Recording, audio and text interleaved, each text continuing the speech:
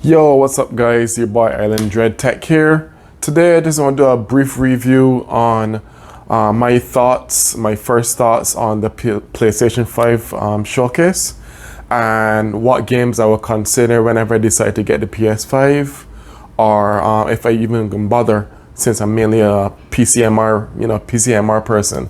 But I never really shoved my console to the side. Occasionally I'll go on my console, I got some games on there. Currently I have a PS4, so I got some games on there like the first Horizon Zero Dawn. I have Devil May Cry 5. I have the first Spider-Man on PS4, and one or two other things sprinkled in there. Now back on topic. I don't know why Sony kept us waiting this long for this showcase, but I'm glad. I'll have to say it was worth the wait, even though I wish it was a little bit longer and they showed a little bit more gameplay for more of the games they showed on their pre-showcase a few months ago. I would like to see gameplay on the PS5 for the second Horizon Zero Dawn or at least Cyberpunk. But those are just two of the most anticipated games for this generation of consoles, and I'm sure along with myself, several other people are looking forward to getting their hands on it. And then there's a situation that there was like a silent pre-order situation of Sony, and that was a whole mess. They never announced pre-order, but apparently they were on certain retail sites like Amazon, Best Buy, and Target. And it's a lot of people that didn't like how it was kind of like slid under the rug, and they didn't outright announce pre-orders are going to be available right after the showcase. But my thoughts initially for the gameplay we did see, definitely getting Spider-Man on, as soon as I get my PS5, that's definitely a must for me. I played the previous ones, I enjoyed it. I'm kind of iffy on the Final Fantasy 16. Is it good that they kept, they had another one and that has similar playstyle to 15. I never really got into 15. Right now I'm still playing 14 online. I still have to level my character to get to the Shadowbringers X pack, but I don't know. I might hold off on the Final Fantasy and see how it goes and how it looks when it actually see gameplay that's captured on the PS5 and not a computer emulating PS5 like they mentioned. So that's a little on the fence with that Final Fantasy 16, even though I'm a big Final Fantasy fan. But Miles Morales Spider-Man is a definite yes. I like Resident Evil, but I never was a big collector of them. I always preferred Silent Hill to me because it seemed more realistic and Silent Hill seemed more scary to me, more like horror-esque type of game. Resident Evil is too, but it had some titles of Resident Evil that was kind of like and it was like, I guess my point is a lot of Resident Evils I played, some were cool and good, others like the old school ones kind of were predictable. Like you knew something, like the music would change and something would happen or whatever. Like the Resident Evil Nemesis, which is a popular one of their most popular titles back in the day on the old consoles like PlayStation 1. So Miles Morales on the fence with Final Fantasy 16. Well, I might give Resident Evil a shot. I haven't played Resident Evil games since I was a kid. So I'll see how the reviews come on, then that will decide, based on reviews and gameplay, that will decide if I decide to even bother to get it. I already have Uncharted for my PS4, so if they can upscale it to PS5 graphics, that'll be a plus for me as well. Because Sony mentioned a new PlayStation Plus collection where you have some, like really popular games that you be able to download and play on, and play once you get the PS5. On another note, I will have to say I've been way over getting any disc-based consoles, so I most likely will get the digital version. To me, it looks sleeker and more, minimalistic and cleaner. Not to say that this one is bad, but I just can't get over that little bump, that extra additional bump, and that's definitely going. Sitting upright, it looks fine, but if people are going to use, like myself, more people tend to aim towards the laying the PlayStation on the side.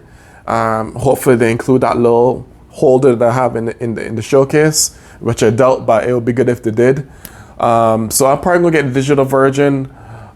Since I'm mainly a PC gamer, and most of this day and age games are massively downloaded and nobody really uses disc anymore. Even on my PC or any modern PCs, they rarely include 5.25 bay drives slots anyway to put in a DVD drive or a Blu-ray drive. Some people still do it, but the vast majority of people really don't use disc on PC anymore. And with all how digital media is and how everything is like so available and easily accessed via internet download and stuff, I definitely will be going towards the digital one. Yes, one is $100 cheaper. I don't need to spend $500 on a system where I could easily build a pretty decent gaming PC for that much money with a 6-core processor, and it was on a graphic card that was still, look better than the console graphics. So the reason I'm not a fan by either, but I grew up on PlayStation and on Xbox, but I was always dealt with PlayStation. And the main reason for me, at least, why I won't even bother getting an Xbox is because Xbox is Microsoft. I'm mainly a PC gamer, PC gamer all the way. PC is at Microsoft pretty much. Microsoft is PC. So why would I buy Xbox, any Xbox for that matter, if I'm a main PC gamer? And then 9 times out of 10, when Microsoft release their games on Xbox, most of the time they release a PC variant. So you see my logic there. For people who are PC gamers like myself, there's no sense wasting money on an Xbox if you have a PC that's pretty good. So that's my 2 cents on that. Another reason we're getting it digital, it looks like it will fit a little bit sleeker underneath my TV stand area with the space or whatever, because without the bump is significantly thinner, and I'm obviously not going to put my stuff on the ground and leave it in a tower farm. I never really had any of my PlayStations in the past in the tower farm, including the PS3. Like my PS4 right now over here on the TV, it's right underneath and lay on its side. But it just looks more aesthetically pleasing when something is the same level dynamic as the TV stands that you can put it, or wherever you can put it, like the shelves you can put it on. So that's another reason why we get. So it's cheaper. Digital is cheaper by $100, which is a good chunk of money. I don't collect disc anymore. I know there's some die-hard fans over there that like to collect CDs and disc, but you don't even hear about Blu-ray disc anymore. So like they're still out there, but you hardly hear people talk about Blu-ray anymore. So why would I get a disc when half the stuff I had on my PS4 was digital download? And I just think it's easy. You download it digitally from the store and let it run. And you could download and press download and forget it, and then check back occasionally when your game finished downloading. It's less. I know that some people say, like my friend mentioned to me, that there could be a risk, like if it happened, like if your account get hacked, which is like 1 in a million or whatever, then you could lose everything because Sony will wipe out everything. But with me, I think less clutter is best. I'm a more simple man, so I don't need to have a whole collection of disc cartridges lined up around my gaming area. So it's like, no, that's just for me, of course. I can only speak for myself. I'm gonna go digital, and overall, I think the whole showcase was good. I wish it was longer. Like I said, I also wish it had some more of the games they announced in the pre-showcase. I wish I had gameplay on actual PS5 graphics. So I can actually, 45 minutes is kind of a short showcase, but it was still a good one. A lot of games on there that I'm going to get. Miles Morales, iffy about Final Fantasy 16. Definitely again, trying out Resident Evil if the reviews are good. I'm going to check out God of War. I never had God of War before. I always hear all about it. So I'm probably going to start on the first one, work my way up, and eventually get the new one that they announced that's coming up next year. That's just some of the ones I'm going to get. I'm definitely getting Cyberpunk. That's a definite must buy for me. I'm still iffy on a Dishonored-like game called Deathloop. It looks like fun, but I haven't played Dishonored in a long time. So, you know, it looks like fun, but it takes more than something looking fun for me to consider getting it. So I'll see how the reviews come up for that, and then that's another thing that I'm on the fence with. Next to Final Fantasy 16. Other things I would think about the showcase, definitely getting Horizon 2. I have the first one on PS4. I'm still trying to beat it, but chances are I'm not going to beat it before the second one gets released. But who knows? We'll see. I'll make an update probably when I get it. I'm probably going to get a PS5 probably in 6 months. I'm going to go wait till the first wave goes out, and in case any bugs come up, because there's always bugs with new systems.